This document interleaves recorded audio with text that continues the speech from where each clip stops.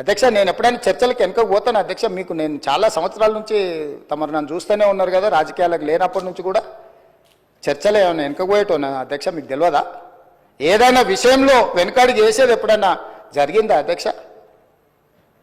అంటే ఈరోజు మీరు తప్పించుకోవడానికి, మీరు చేసిన నేరాలను కప్పిపుచ్చుకోవడానికి ఈ రకంగా సభను అవమానించి తమరిని కించపరిచే విధంగా మాట్లాడి సభా గౌరవాన్ని, ఆ కుర్చీ మర్యాదను మంటగలిపి చర్చనే జరగొద్దు, బిల్లే పాస్ కావద్దు, ఈ భూములు ప్రజలు రైతులు బాగుపడొద్దు అని ఒక కుట్రపూరితమైన నేరాపూరితమైన ఆలోచనతోటి ఈరోజు వాళ్ళందరూ అట్లా ఆటవికంగా వ్యవహరించడాన్ని మమ్మల్ని వదిలేయండి అధ్యక్ష. మేము పాలకపక్షం, వాళ్ళు ప్రతిపక్షం ఉండొచ్చు. కమ్యూనిస్టు సోదరులు ఎప్పుడు కూడా మీరు గతంలో కూడా చూడండి, ఎప్పుడు కూడా చాడా వెంకటరెడ్డి గారు ఉండొచ్చు, లేకపోతే నోముల నరసింహయ్య గారు ఉండొచ్చు, లేకపోతే అంతకంటే ముందు వెనక్కి వెళ్ళిన వాళ్ళు ఎప్పుడు కూడా ప్రభుత్వం ప్రతిపక్షానికి పాలకపక్షానికి చర్చలలో ఒక డెడ్ లాక్ వస్తే, అంటే ఒక ఏమంటారు ఎక్కడిదక్కడ ఆగిపోతే వాటిని సమన్వయం చేసి చర్చలకు ముందుకు తీసుకెళ్లే అధ్యక్ష. వాళ్ళు ఎప్పుడు కూడా ఈ సభ చర్చలు జరుగుతాయనే, ప్రజల సమస్యల మీద చర్చ జరుగుతాయనే పరిష్కారం చూపిస్తారని నమ్మే కమ్యూనిస్టులు దాదాపుగా ఉమ్మడి రాష్ట్రంలో అటు తెలుగుదేశం ఉన్నా, ఇటు కాంగ్రెస్ ఉన్నా, లేకపోతే కాంగ్రెస్ అధికారంలో ఉండి తెలుగుదేశం ప్రతిపక్షంలో ఉన్న ప్రతిస్తంభన వచ్చినప్పుడు కమ్యూనిస్టులు కీలకమైన బాధ్యత తీసుకొని, ఎంఐఎం కీలకమైన బాధ్యత తీసుకొని సభను నడిపించడానికి, సాంప్రదాయాలను కొనసాగించడానికి ఒక సమన్వయం చేసేది అధ్యక్ష. ఇవాళ ఏదీ లేదు అధ్యక్ష, ఎవరు మాట వినడం లేదు. వాళ్ళేం ఎంఐఎంఆర్ లేకపోతే బీజేపీ ఆర్ కమ్యూనిస్టులు మా పార్టీ క్రియాశీలక సభ్యులేం కాదు అధ్యక్ష. వాళ్ళందరూ చర్చ జరగని, చర్చ ఇది అత్యంత కీలకమైంది. మేము కొన్ని అంశాలు ప్రభుత్వం దృష్టికి తీసుకుదలుచుకున్నాం. తెచ్చుతున్న చట్టంలో కూడా ఏదైనా లోపాలు లేకపోతే వాటిలో ఏమైనా సూచనలు చేయాలని వాళ్ళు అడుగుతుంటే మేము ఎవరిని మాట్లాడనీయము, మా ఇష్ట రాజ్యాంగం మేము వ్యవహరిస్తాము. ఇది తెలంగాణకు గౌరవము తెచ్చిపెట్టదు అధ్యక్ష. ఈ సభలో అట్లా వ్యవహరించే వాళ్ళ పట్ల తమరు నిశితంగా ఆలోచన చేసి ఒక మంచి నిర్ణయం తీసుకోవాల్సిన సమయం వచ్చేసింది అధ్యక్ష. 1 సంవత్సరం పూర్తి అయిపోయింది. ఇంకా మనం చిల్లర మల్లర వేషాలు వేసుకుంటా 10 సంవత్సరాలలో 100 సంవత్సరాలకు కావాల్సినంత దోసుకొని విధ్వంసం చేసి చర్చనే జరగొద్దు, చట్టమే మారొద్దు, చట్టం మా ఇష్ట ప్రకారమే నడవాలి, మీ ఇష్ట ప్రకారం వద్దు అని 23 డిసెంబర్లో అధికారం కోల్పోయారు. 24 మే జూన్లో డిపాజిట్లు కోల్పోయారు. 24 డిసెంబర్లో మీరు మెదడు కూడా కోల్పోయినట్టుగా అనిపిస్తుంది అధ్యక్ష నాకు. కాబట్టి ఇట్లాంటి వ్యవహారాలను తమరు కొంచెం గట్టిగా అప్పుడప్పుడు మీరు కూడా కొంచెం కొరడా జల్పించాల్సిన పరిస్థితులు వచ్చినట్టు నాకు అనిపిస్తుంది అధ్యక్ష. తమరు ఏ ఆదేశం ఇచ్చినా మేము పాటిస్తాం. ప్రభుత్వం వైపు నుంచి ఫార్ములా ఈ రేస్ మీద మీరు అనుమతిస్తే పూర్తి స్థాయి వివరాలను తీసుకొచ్చి కూర్చొని సభ ద్వారా తెలంగాణ సమాజానికి వివరించడానికి నాకు ఎలాంటి అభ్యంతరం లేదు. వారు ప్రదర్శిస్తున్న ఫోటో నాదే, ఆ పక్కల వాళ్ళు చూపించిన ఆయన FEO ప్రతినిధే.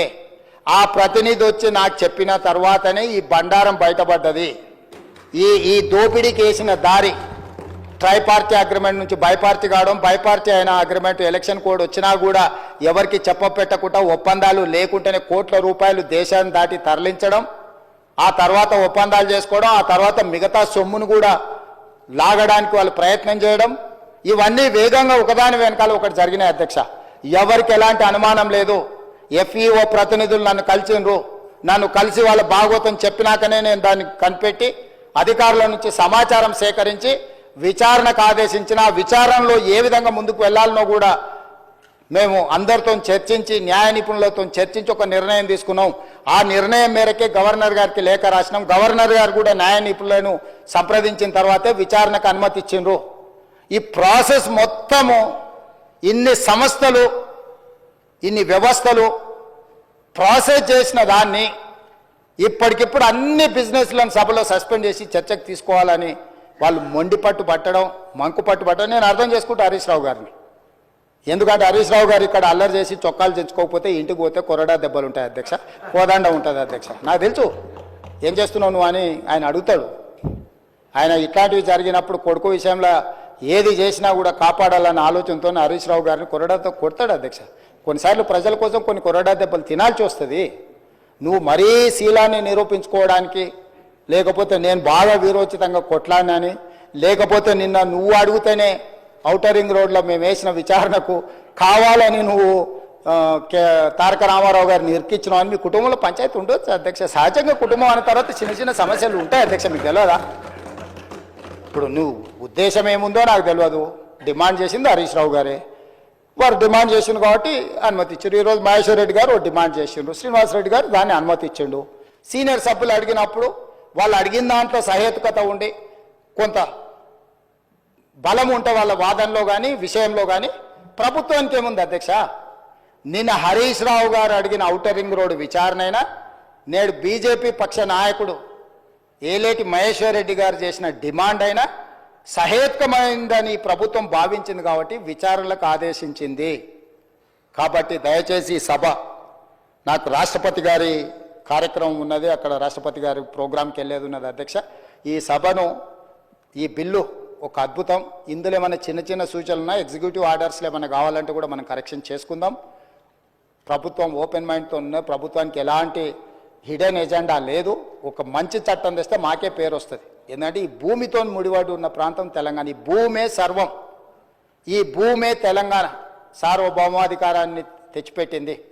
ఈ భూమి కోసం అసూలు బాసిన వాళ్ళు ఉన్నారు, వాళ్ళందరూ కూడా న్యాయం చేయాలనే సాదా బైనామాలు కావచ్చు, రెవెన్యూ రికార్డు కావచ్చు, లేకపోతే పోడు భూముల పట్టాలు కావచ్చు, లేకపోతే అసైన్మెంట్ పట్టాలు కావచ్చు, ఏదైనా భూమి రిలేటెడ్ ఇష్యూ. భూమి అంటే భూభారతి అని అంటే అది ఇందిరమ్మ కాంగ్రెస్ పార్టీ. ఎందుకంటే అసైన్మెంట్ భూములు ఇచ్చింది కానీ, పోడు భూముల పట్టాలు ఇచ్చింది కానీ, పేదలకి ఇండ్ల పట్టాలు ఇచ్చింది కానీ, ప్రతి వాడికి భూ పంపకాలు చేయడం ద్వారానే కాంగ్రెస్ పార్టీ ప్రజలలో ఈ రోజుకు 140 సంవత్సరాల నుంచి ఉన్న పార్టీ. ఇంకా ప్రజలల్లో ప్రేమ అభిమానం ఉంది, ఇందిరమ్మ పేరు తలుచుకుంటున్నారు అని అంటే ఈ భూమి యొక్క హక్కులను పేదవాళ్ళ కోసం కాపాడడం వల్లనే. అట్లాంటి హక్కులను కాపాడడానికి భూభారతి 2024 చట్టాన్ని మా రెవెన్యూ శాఖ మంత్రి పొంగులేటి శ్రీనివాసరెడ్డి గారు ఏదైతే సభలో ప్రవేశపెట్టారో సభ్యులందరూ వీలైనంత మేరకు చర్చించారు. కొన్ని రిటర్న్లు కూడా ఎవరికన్నా ఇచ్చినా కూడా వాటిని కూడా మనం పరిగణలోకి తీసుకుందాం. అన్ని రకాలుగా ఒక మంచి చట్టం చేసుకుందాము.